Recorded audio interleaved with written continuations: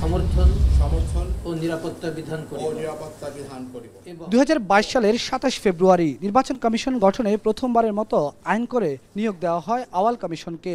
সাবেক আমলা কাজী হাবিবুল আওয়ালের নেতৃত্বাধীন এই কমিশন দায়িত্ব নেওয়ার পর থেকেই নানা বিষয়ে আলোচনা সমালোচনার মুখে পড়েন। বিশেষ করে আইন সংশোধন করে ইসির ক্ষমতা খর্ব করা, সাংবাদিকদের দায়িত্ব পালনে বিধিনিষেধ চাপিয়ে দেওয়া সহ নানা অভিযোগ রয়েছে এই কমিশনের বিরুদ্ধে।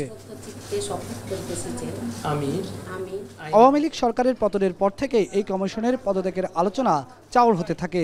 শেখ হাসিনা দেশ ছেড়ে পালিয়ে যাবার পরের দিনই পদত্যাগ করতেও চেয়েছিলেন তারা, কিন্তু তাৎক্ষণিকভাবে সিদ্ধান্ত পরিবর্তন করে নির্বাচন কমিশনার হিসেবে দায়িত্ব পালন করতে থাকে আওয়াল কমিশন। অবশেষে পরিবর্তিত পরিস্থিতির নিরিখে পদত্যাগের জন্য সার্বিক প্রস্তুতি গ্রহণ করেছে নির্বাচন কমিশন।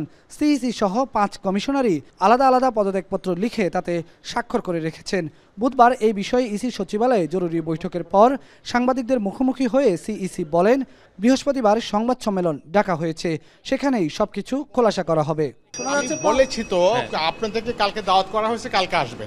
কখন স্যার? 12টায়।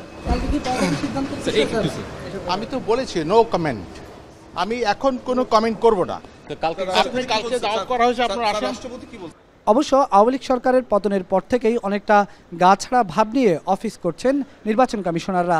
এমনকি একজন কমিশনার ইসি সচিবালয়ের কর্মকর্তা কর্মচারীদের কাছ থেকে কয়েকদিন আগেই বিদায় নিয়েছেন বলেও জানা গেছে। বেলায়েত হোসাইন, এখন, ঢাকা। সানবিট সব দিবে সামাল। সানবিট ম্যাজিক প্রেস ডিশওয়াশিং এর মাথা ঘোরানো সলিউশন।